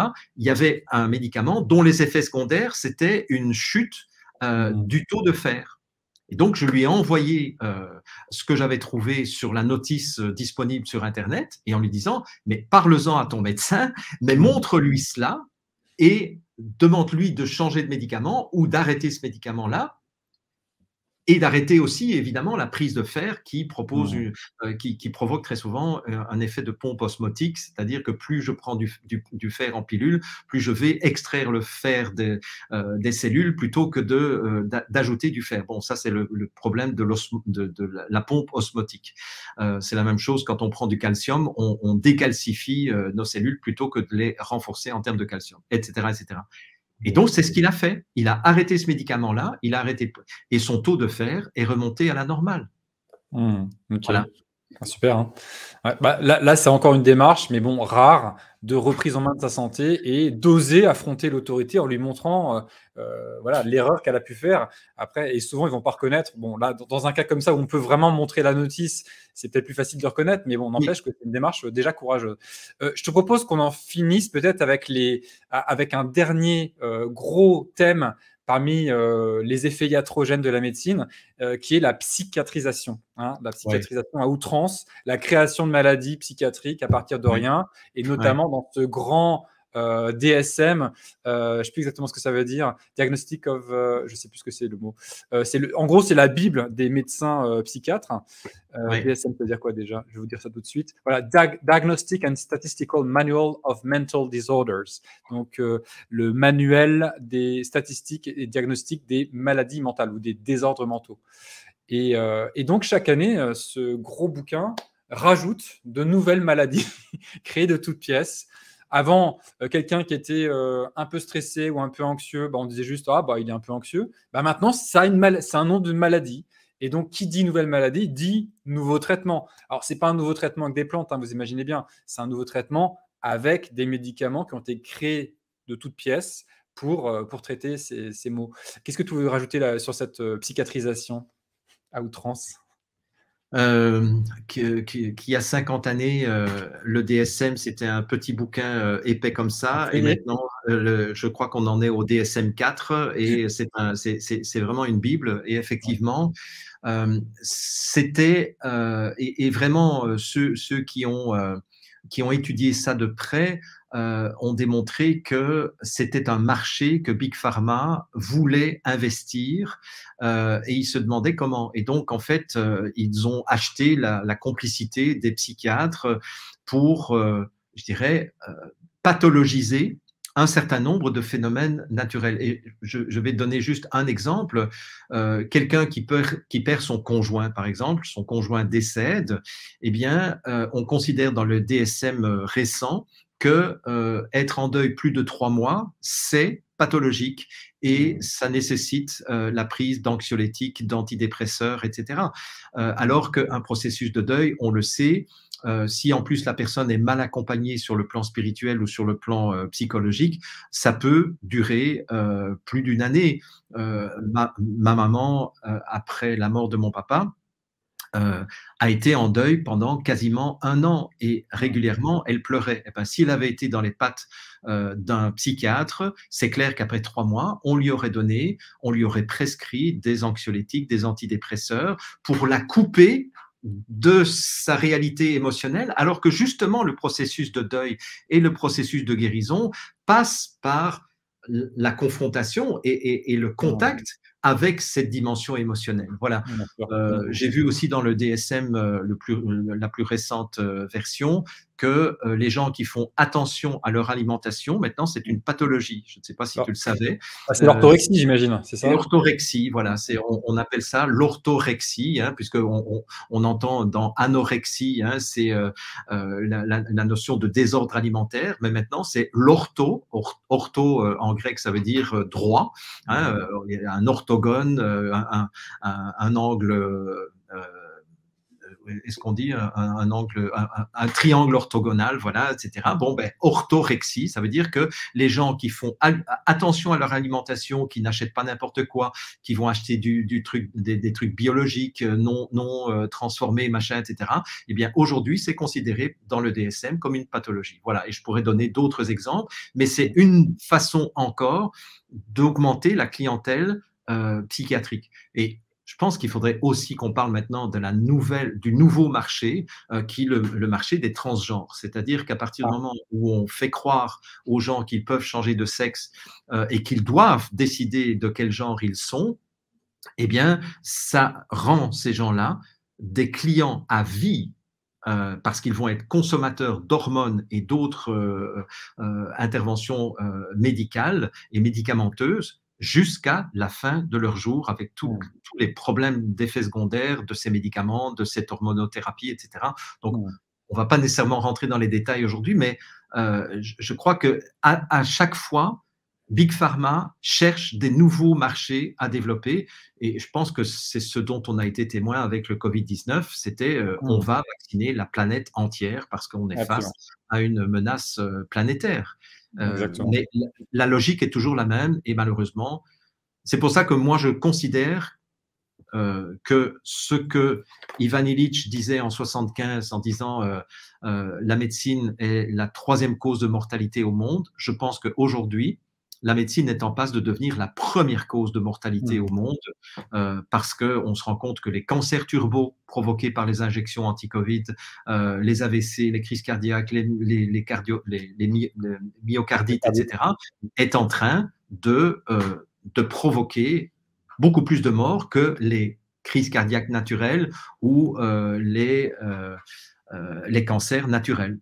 Après, j'ai envie de dire, la force de ce complexe de l'industrie pharmaceutique, c'est justement de nier l'évidence et de faire croire que tout ça sont des coïncidences, ça n'a aucun rapport, c'est un stress post-pandémique, etc. Ils vont même psychiatriser ça et dire que ah oui, mais c'est à cause du stress, à cause de je sais pas quoi. D'ailleurs, des gens comme nous vont avoir une nouvelle pathologie qui va être ajoutée dans le prochain DSM, ça sera ceux qui se méfient de la médecine. Donc ça, il faudra les traiter, ceux-là, ceux qui se méfient des vaccins, etc. etc. Donc on est entre guillemets mal barré, mais j'ai envie qu'on arrive du coup aux solutions pour conclure cette émission, parce qu'il y a des solutions, et c'est aussi le principe de cette série d'émissions. Déjà, je pense que la première chose, et c'est pour ça qu'on a passé du temps là-dessus, c'est de réaliser qu'il y a un vrai très très gros problème. Si on n'est pas conscient de ça, on ne sait même pas qu'il y a un problème, ben, on va se faire avoir à tous les coups. On se fait avoir, c'est sûr. La propagande est tellement forte, la pression sociale est tellement forte également, tous les médias vont vous ramener en permanence à un statut de patient qui ne se pose pas de questions, qui n'a pas d'esprit critique et qui fait une confiance aveugle aux personnes en blouse blanche. Donc déjà, il faut réaliser qu'il y a un vrai gros problème. Après, il y a plein de sujets d'exploration, on en a listé quelques-uns, mais il y a aussi des solutions. Alors, moi, je dirais que, je vais l'introduire comme ça. La solution pour moi, c'est déjà d'envisager la santé de façon globale. C'est la seule approche qui est pertinente en matière de santé, c'est de regarder les choses d'un point de vue global. Donc, on appelle ça holistique, avec un H, H-O-L-I-S-T-I-Q-U-E. Voilà, c'est cette approche holistique qui est la plus pertinente. Tu parlais tout à l'heure d'hyperspécialisation. C'est effectivement la meilleure façon de ne jamais trouver la cause des problèmes, parce que tu disais tout à l'heure, j'avais des sinusites à répétition, mais c'était lié à mon foie.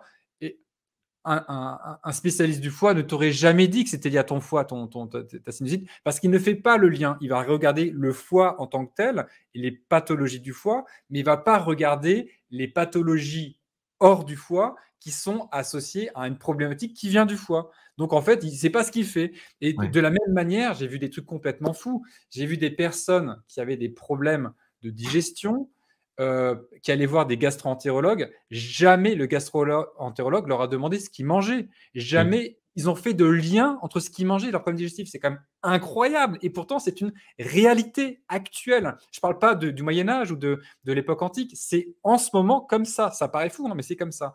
Donc, il faut déjà se prendre compte considérer ce problème-là et avoir une approche beaucoup plus globale et arrêter l'hyperspécialisation. Mais regarder l'être humain pour ce qu'il est, c'est-à-dire un corps entier avec des organes qui communiquent les uns avec les autres. Donc, il y a un aspect physique, purement physique, et après, évidemment, un aspect émotionnel, social, environnemental, etc., etc. On pourrait aller même jusqu'à spirituel, selon la façon de voir les choses. Mais c'est cette approche globale qui est la plus pertinente. Il n'y a aucun doute là-dessus. C'est comme ça qu'on devrait se comporter en permanence quand on regarde une problématique de santé.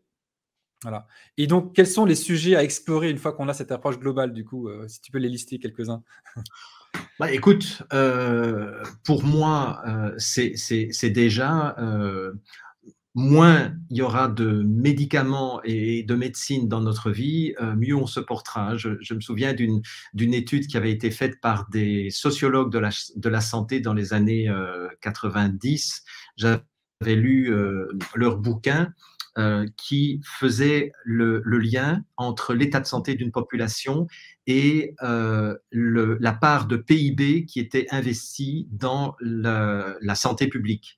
Eh bien, en fait, il y avait une corrélation stricte dans les pays industrialisés, parce que dans les pays pauvres, il y avait d'autres problématiques, évidemment, liées à l'hygiène, à la non-disponibilité de l'eau, etc. Mais dans les pays industrialisés, en fait, on se rendait compte que plus les pays dépensaient de l'argent, donc plus ils dépensaient une part importante du PIB en santé publique, plus la population était malade. C'est-à-dire qu'en fait, il y avait vraiment une corrélation stricte entre plus on investit en santé, entre guillemets, c'est-à-dire plus on investit en médicaments, en réalité, puisque c'est ça le budget de la santé publique, eh bien, plus la population se porte mal. Donc, c'est clair que pour moi, la première chose, la première solution, et c'est très simple, c'est peut-être si vous avez 9 médicaments à prendre le matin, midi et soir, c'est peut-être de regarder, de faire la liste, d'aller voir sur Internet quelles sont les notices de ces médicaments, de regarder s'il y a déjà un certain nombre d'effets secondaires qui sont compensés par d'autres médicaments, etc. Et peut-être d'en parler avec votre médecin, pour le coup, avec les choses que vous aurez imprimées et de voir comment vous pouvez réduire votre consommation de médicaments. Plus vous réduirez votre consommation de médicaments, mais sans faire de conneries, donc ne le faites pas tout seul, mais faites-le avec la coopération de votre médecin, comme mon père. Finalement, mon père, il a fini sa vie, il n'avait plus que 2 médicaments, alors qu'il en avait 9 quelques années avant. Mais petit à petit, je l'ai éduqué à regarder, mais est-ce que vraiment j'en ai besoin? Est-ce que j'ai besoin d'aspirine à prendre tous les jours pour fluidifier mon sang? Et finalement, c'était non, j'en ai pas besoin, etc., etc. Voilà. Donc ça, c'est la première solution pour moi. La deuxième solution, c'est d'apprendre à s'écouter. C'est être attentif aux signaux faibles que notre corps nous envoie. Moi, c'est comme ça que je vis. C'est pour ça que, je dirais, depuis maintenant 36 ans, je n'ai pas dû prendre un seul médicament et même plus de remède homéopathique ou quoi que ce soit. Je ne prends pas de vitamines, je ne prends pas de suppléments alimentaires depuis toujours. Parce que même ça, c'est une surconsommation complètement éhontée, je trouve, qui engraissent pas mal les officines de santé naturelle. Je ne prends pas de vitamines. Par contre, j'achète ma nourriture biologique, je cuis les aliments à basse température, etc. Donc, je compense le fait de ne pas prendre de vitamines, parce qu'en fait, on a besoin de prendre des vitamines quand on a dénaturé l'alimentation, c'est tout. Enfin, voilà. Donc, apprendre à écouter les signaux faibles. Je vais donner juste un exemple. Si par malheur, je prends mon téléphone portable et que pour des soucis, pour des raisons de commodité, je le mets dans ma poche, dans les 30 secondes qui suivent, je sens une douleur qui commence à poindre au niveau de l'os de mon fémur. Je le sens. Mais ça, c'est parce que j'ai affiné ma capacité à écouter. Et donc, je dis, ah oui, merde, c'est vrai. Et je mets mon téléphone loin de moi. Bon, la plupart du temps, mon téléphone est loin de moi. Mais voilà, c'est écouter notre corps pour justement être le gestionnaire et le responsable de sa santé. Mais j'imagine que tu as d'autres solutions encore.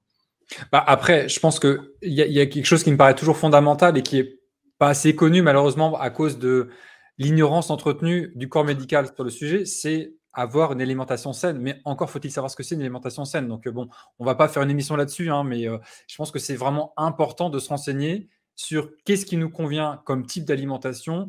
Et moi, j'avais exploré le sujet à fond. J'avais été rencontrer les gens dans les zones bleues, notamment, où on vit longtemps et en bonne santé. J'ai envie de dire, il n'y a pas de mystère. C'est des gens qui ont une alimentation majoritairement végétal. C'est Ouais. bon, c'est du local. Alors, on ne peut pas toujours avoir ça comme local, évidemment, mais c'est beaucoup du végétal, c'est simple. Et il y a après, j'ai envie de dire, dans le mode de vie zone bleue qui n'est pas que l'alimentation, il y a un soutien de la communauté Ouais. au sens large. Ça veut dire que si vous êtes tout seul dans votre coin, que vous n'êtes pas bien, évidemment, ça va être compliqué de vivre longtemps en bonne santé et vous serez la proie facile, je dirais, de l'industrie pharmaceutique qui va vouloir vous prescrire des choses, vous psychiatriser, etc. Par contre, si vous réussissez à avoir un cercle de personnes avec qui vous entendez bien, des amis, des relations agréables et que ça a de la valeur pour vous, oui, tout ça, ça va participer à votre bonne santé, en plus de l'alimentation notamment. Après, il y a l'activité sportive, etc. Enfin, on ne va pas faire toute la liste, mais j'ai envie de dire, voilà, il y a des choses simples qu'on peut mettre en place. Ça demande de se renseigner souvent parce que ces informations-là ne viendront pas de la part ni de votre médecin, ni des médias, on va dire, de propagande quelque part. Donc, ça demande une véritable responsabilisation de sa santé. Et après, il y a apprendre à laisser. Moi, je fais mon travail en espérant le faire de la meilleure des manières. Et il y a plein de personnes qui font ce travail comme ça. Donc, mais ça demande de faire sa propre enquête, ses expérimentations, découvrir quels sont les éléments qui nous conviennent, qui ne nous conviennent pas, découvrir quelle est notre hygiène de vie qui nous va à nous. Une hygiène de vie d'ailleurs qui est dynamique. Il y a des choses qui nous conviennent parfaitement à un moment et parfois il faut un peu adapter parce qu'on a déménagé, parce qu'on a grandi, parce que les enfants sont plus à la maison, peu importe. Mais à chaque fois, il faut toujours être à l'écoute, c'est toujours la même chose, de ces signaux faibles et être conscient de ce qui est bon pour soi, tout Ouais. simplement. Mm. Alors, il y a un autre point qui me paraît important à souligner, c'est aussi de ne plus donner le pouvoir à qui que ce soit en matière de santé. On peut prendre des avis de la part de médecins, de la part de thérapeutes alternatifs, entre guillemets, ou de thérapeutes holistiques, des bouquins aussi, etc. Mais ultimement, c'est nous qui décidons parce que c'est notre corps, c'est notre intégrité. Et pour ça, et je revendique le droit de me tromper dans la gestion de ma santé. Je revendique aussi le droit de prendre des risques en, par exemple, ne suivant pas certaines des recommandations sanitaires, de porter le masque, de me laver les mains avec du gel hydroalcoolique, etc.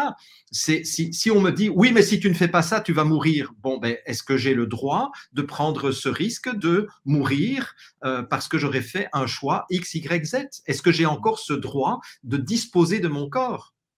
Et d'autant plus que, en tout cas au Canada, c'est devenu de la folie pure.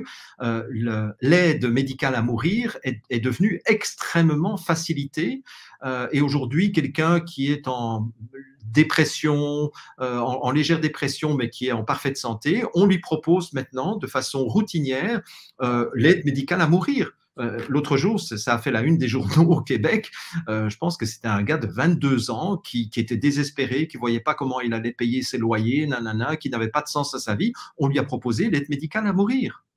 C'est quand même très, très choquant. Mais par contre, on me refusera le fait de refuser de porter le masque ou de refuser de me faire injecter avec un vaccin qui, soi-disant, va sauver la population. Donc, à travers ça, ce que je veux dire, c'est ne donnez plus le pouvoir à personne, y compris ne donnez pas le pouvoir à Jérémy Mercier ou à Jean-Jacques Crèvecoeur. Vous êtes la seule personne ultimement responsable de votre intégrité physique, psychologique, émotionnelle, spirituelle. Je suis parfaitement d'accord. Personne ne peut vous enlever ça. La seule problématique par rapport au masque et à toutes ces histoires-là autour de Covid, c'est que ce n'était pas juste par rapport à nous, c'est qu'on accusait ceux qui ne rentraient pas dans ces rites d'être des meurtriers en puissance, oui. Y compris, alors même si on pourrait dire plein de choses, et on parlera de ça lors de l'émission sur la vision pastorienne, sur la contamination, la contagion, etc. Mais même quelqu'un qui n'a absolument aucun symptôme devient un danger public en puissance selon le narratif qu'on a eu ces dernières années. Donc, c'est ça qui est difficile, c'est qu'on devient un meurtrier du fait de vivre, en fait, si on n'a pas obéi aux ordres la C'est commande en ça. tour, en gros, quoi. Donc, Ouais. voilà, c'est ça le problème.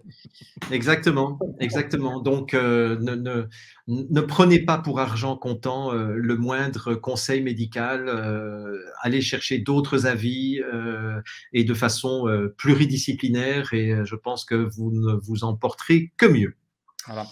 OK, bah, écoute, merci beaucoup Jean-Jacques. On aura l'occasion, Merci Jérémy. peut-être selon comment se passe la suite de l'émission, de éventuellement organiser une séance de questions-réponses pour, Oui, prendre vos questions principales si on voit qu'il y a des sujets, sur lesquels il y avait besoin d'un approfondissement éventuellement. Mais c'est un sujet de toute façon qui est fondamental, en matière de santé et il fait partie, voilà, de ce gros projet. On fait quoi maintenant? C'est quoi le nouveau modèle de société qu'on veut? Et en matière de santé, la première grosse question, c'est est-ce que le modèle médical actuel nous convient réellement? Est-ce qu'il est là pour notre bénéfice? Et donc voilà, il fallait lancer le sujet. J'espère que ça vous a plu, notre façon d'en parler, et qu'on aura l'occasion prochainement voilà, d'aller un peu plus loin et de rediscuter de ça. Moi, c'est un sujet qui me passionne. On pourrait passer des journées dessus sans ah aucun oui, problème. oui. Mais Moi bon, aussi. heu, en tout cas, merci beaucoup à toi, Jean-Jacques, et puis, je suis très content d'avoir participé à cette émission avec toi Mais et merci Jérémy, parce qu'en plus on était co-animateurs d'un invité fantôme qui nous étions l'invité l'un de l'autre finalement et exactement. l'animateur l'un de l'autre. Donc c'est parfait. Moi Ça se j'ai passe très adoré bien cette aussi comme émission. ça. Oui, oui, Et oui, très et on se bien. retrouvera également, co-animateur. Alors la date n'est pas encore prévue, donc sur la vision pastorienne et Oui, l'alternative à la vision pastorienne. Je pense que ça sera plutôt vers, septembre ou octobre. On n'a pas encore prévu la septembre. date. Ouais, je pense que Septembre? c'est en septembre qu'on fait ça. OK. Ouais, ouais. Et puis bon, de toute façon, d'ici là, nous, on est toujours au taquet, très intéressés par toutes ces questions et avec grand plaisir pour vous retrouver prochainement dans le cadre de ces émissions «On fait quoi maintenant?» et sur nos réseaux respectifs, évidemment. Tout à fait. OK. Merci À Jean-Jacques. bientôt. À très Merci. bientôt. Au Bye bye. revoir.